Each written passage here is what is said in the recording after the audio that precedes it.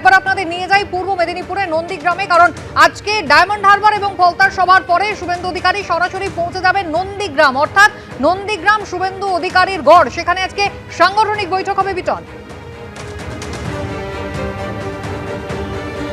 একদম কুসুমিতা, এবং তোমাকে জানিয়ে রাখি যে এই মুহূর্তে আমরা রয়েছি নন্দীগ্রামের রেয়াপাড়াতে, এবং রেয়াপাড়াতে এই যে ক্যামেরা পার্সন সন্দীপকে দেখাতে বলবো, রেয়াপাড়াতে এই যে শুভেন্দু অধিকারীর অফিস রয়েছে সেখানেই কিন্তু গুরুত্বপূর্ণ একটি সাংগঠনিক বৈঠক সেখানে হবে।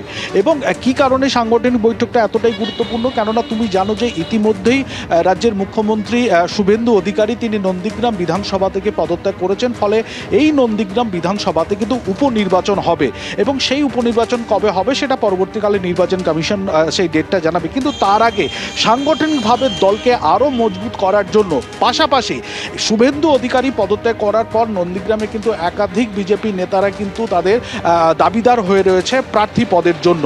সেক্ষেত্রে সেই তাদের মধ্যে কাউকে প্রার্থী করা হবে নাকি অন্য জায়গা থেকে বাইরে থেকে কাউকে প্রার্থী করে নিয়ে আসা হবে, সেই বিষয়টা কিন্তু আজকে সেই আলোচনার মধ্যে রয়েছে, অন্তত সূত্র মারফত এমনটাও জানতে পারা গেছে। এবং সূত্র মারফত এটাও জানতে পেরেছি ইতিমধ্যেই কিন্তু রাজ্যের মুখ্যমন্ত্রী শুভেন্দু অধিকারী নন্দীগ্রামের নেতাদের ক্ষেত্রে তিনি বার্তা একটি দিয়েই রেখেছেন যে কে প্রার্থী হচ্ছে সেটা দেখার দরকার নেই, শুভেন্দু অধিকারী প্রার্থী আছেন এইটা মনে করেই কিন্তু যে উপনির্বাচন হবে সেই উপনির্বাচনে সবাইকে একই সঙ্গে ঝাঁপাতে হবে।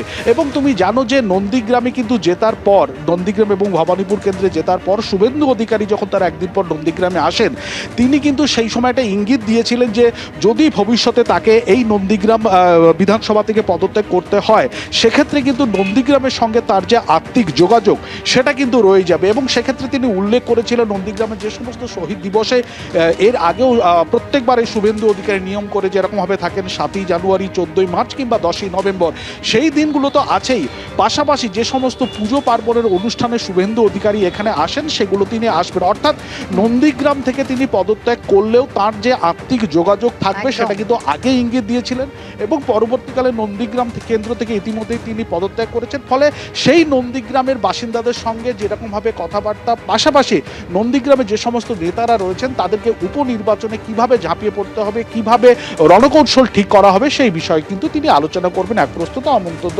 এমনটাই জানা গেছে। একেবারে শুভেন্দু অধিকারী এবার ভবানীপুর এবং নন্দীগ্রাম এই দুটি বিধানসভা কেন্দ্র থেকে লড়াই করেছেন। গতকালই আপনারা দেখেছেন একেবারে বিধানসভা স্পিকারের হাতে নন্দীগ্রাম বিধানসভা কেন্দ্রে নিজের পদত্যাগ পত্র তিনি তুলে দিয়েছেন, কিন্তু নন্দীগ্রামের সঙ্গে তার আত্মিক যোগাযোগ। 13 তারিখে ঠিক কি বলেছিলেন মুখ্যমন্ত্রী দেখুন। আমি দু জায়গার এমএলএ হিসেবে তো শপথ নিতে পারি না। আমি ভবানীপুর থেকে শপথ নিলাম, মানে আমাকে সংবিধান আইন অনুযায়ী নন্দীগ্রামটা ছাড়তে হবে। ছাড়লেও আমি নন্দীগ্রামের মানুষকে কথা দিতে পারি 2009-এর 5ই জানুয়ারি ফিরোজা বিবি জেতানোর পর থেকে আমি এমএলএ ছিলাম না, কিন্তু আমি নন্দীগ্রামের সব দেখাশোনা করেছি। এখানেও একজন প্রতিনিধি থাকবেন বা তাকে নন্দীগ্রামের মানুষ নির্বাচিত করবে। নন্দীগ্রামে বিধায়কের পরিষেবা থেকে শুরু করে আমি নির্বাচন চলাকালীন যে সমস্ত উন্নয়নের প্রতিশ্রুতি দিয়েছিলাম, আমি অন্য এলাকার উন্নয়নের সাথে সাথে নন্দীগ্রামে দেওয়া আমার কথাও আমি কার্যকর করব। এবং নন্দীগ্রামের মানুষ তাদের আমি আগামী 5 বছর বুঝতে দেব না যে তাদের বিধায়ক শুভেন্দু অধিকারী নয়। এবিপি আনন্দ, এগিয়ে থাকে, এগিয়ে রাখে।